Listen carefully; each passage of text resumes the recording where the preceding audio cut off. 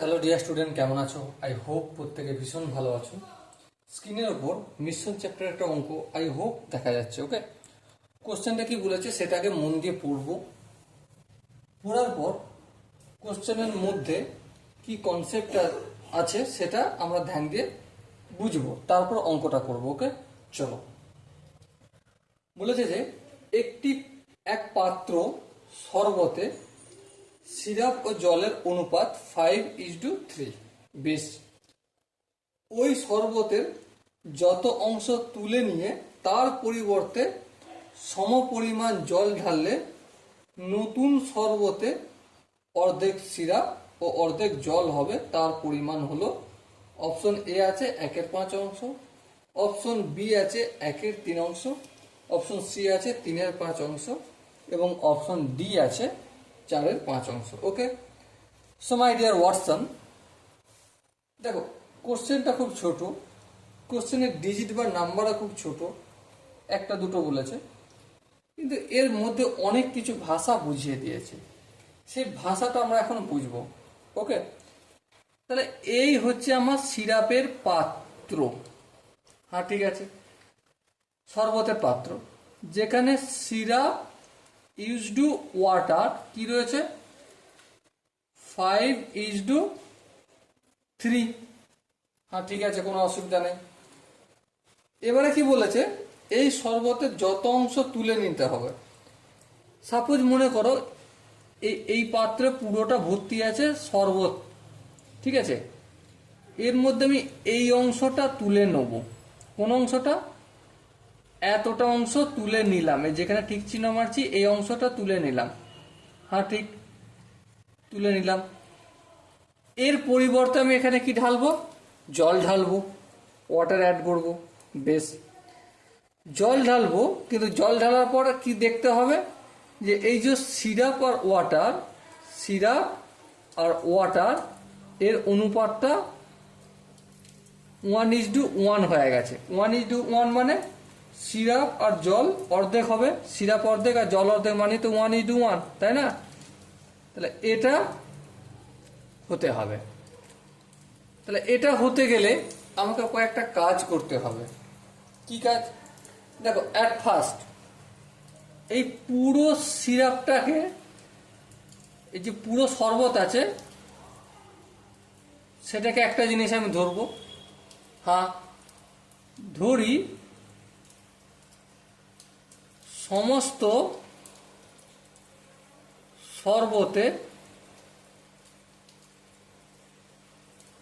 Syrup সমান, syrup রয়েছে 5y এবং জল সমান কত? 3y। লিখলাম, ব্যাকেটে কি লিখলাম? যেখানে y আনুপাতিক ধ্রুবক,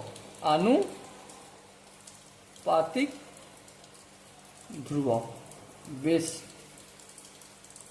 ওকে, সো এবার দেখো, এই যে ওয়াই আনুপাতিক ধ্রুবক এটা আনলাম, এটা কেন আনলাম?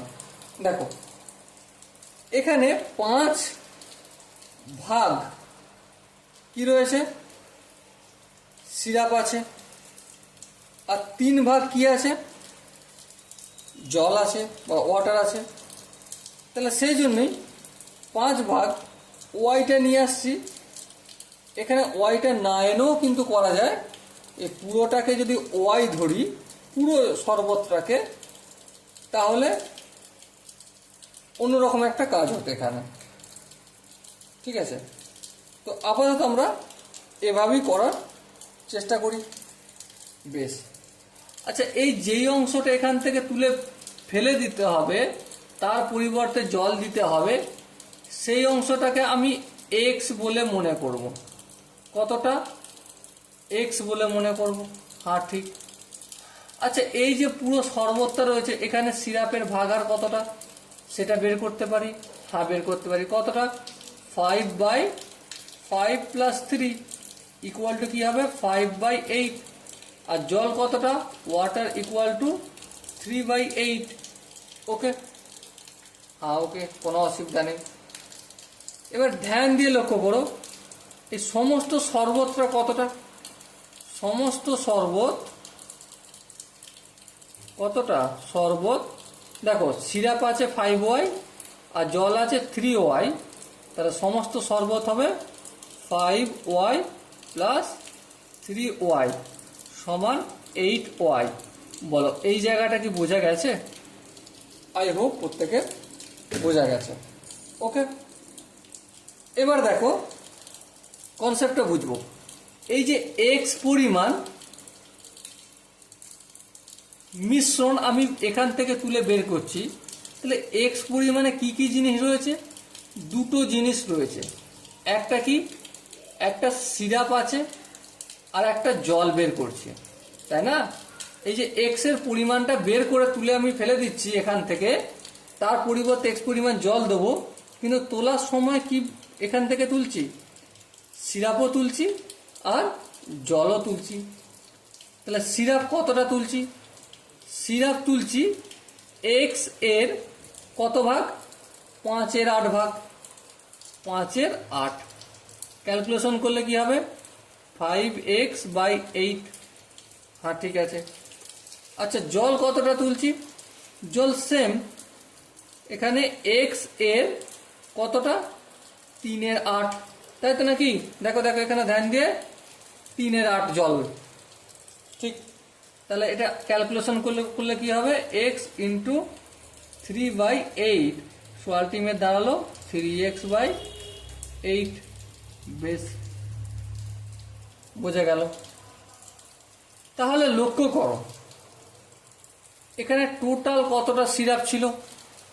টোটাল সিরাপ ছিল, দেখো এখানে 5y ছিল, হ্যাঁ 5y ছিল, তা থেকে 5x/8টা তুলে ফেলে দিলাম, হ্যাঁ। তাহলে এখন সিরাপ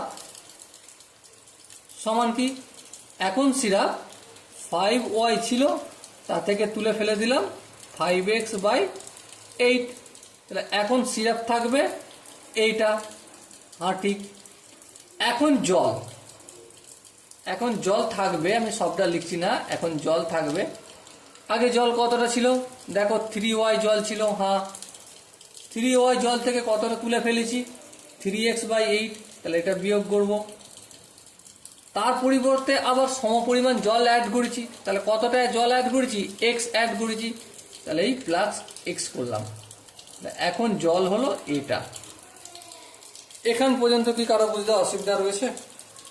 আই হোপ এখান পর্যন্ত বুঝতে অসুবিধা নেই। এবার দেখো এই জিনিসটা এখান পর্যন্ত যদি কারো বোঝা যায়, আমি এই অঙ্কটা করতে করতে একটু পজ হয়ে যাব, থেমে যাব, থেমে গিয়ে অন্য একটা জিনিস তোমাদের সাথে আলোচনা করবো, তারপর অঙ্কটা করব। ওকে, চলো। অন্য জিনিসটা কি?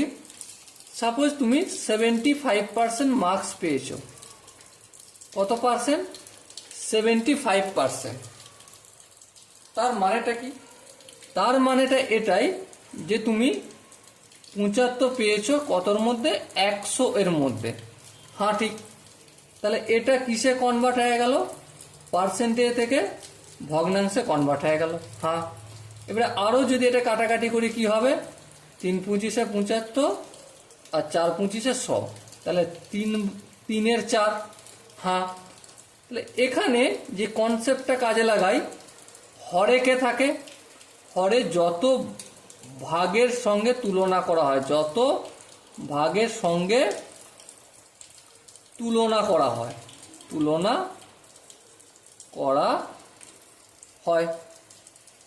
মানে যার সাথে তুলনা করা হয় সেটা কি হয়? হর হয়। আর যা কে তুলনা করা হয় সেটা কি হয়? লব হয়। এখানটা কি তোমরা বুঝতে পেরেছো? এখানটা যদি বুঝতে পারো তাহলে চলো একটা জায়গায় যাই। কোথায়? এবারে ফিরে যাই অঙ্কেতে। দেখো এই পুরোটা উত্তরটা আমাকে কি চেয়েছে? উত্তরটা চেয়েছে এই যে অংশটা, এক্স অংশটা তুলে নিচ্ছি না, তাহলে এই পুরোটার মধ্যে এক্স অংশটা কতটা ভাগ সেটা আমাকে বলতে হবে। তাহলে ভাগ, তাহলে কার সাথে তুলনা করছি? এই পুরোটার সাথে পুরোটা কতটা, দেখো পুরোটা হচ্ছে 8y ধরেছিলাম, হ্যাঁ 8y। আর এই অংশটা কতটা, এই অংশটা আমরা x ধরেছিলাম 8। তাহলে এইটা আমাদেরকে আনসার বের করতে হবে। ওকে, এতদূর পর্যন্ত বইয়ে যা ছিল, হালাকি এখনো শেষ হয় না, মোটামুটি বুঝলাম আমরা বেশ। এরপর একটা জিনিস কোশ্চেনে পড়ে থাকবে, কি পড়ে থাকবে, যে শরবতে অর্ধেক সিরাপ ও অর্ধেক জল হবে। অর্ধেক সিরাপ আর অর্ধেক জল হবে কখন, যখন জল সিরাপ আর জল 1:1 হবে, তার মানে সিরাপ আর জল সমান সমান হবে, তাই না? তার মানে সিরাপ ইউজ টু, এখন জল সমান সমান লিখতে পারি, হ্যাঁ লিখতে পারি। তাহলে সিরাপ হচ্ছে কি 5y minus 5x/8 equal to কি হবে, জল, জল কতটা 3y minus 3x/8 plus x। বেশ, কোনো অসুবিধা নেই। এবার একটা কাজ করব, এই 5yটা যেমন আছে তেমন থাকলো, আর এই 3yটা এদিকে নিয়ে আসবো, তাহলে কি হয়ে যাবে মাইনাস 3y হবে, হ্যাঁ ঠিক, কোনো অসুবিধা নেই। এখানে দেখো এক্সটাকে এবার প্রথম লিখবো, আর এখানে যে মাইনাস 3x/8 এটাকে তারপর লিখবো, আর এখানে দেখো 5x/8 কিন্তু ছিল কি মাইনাস, সমানের অপোজিট দিকে আসছে, তাই প্লাস হয়ে যাবে। বেশ, এখান পর্যন্ত কোনো অসুবিধা নেই।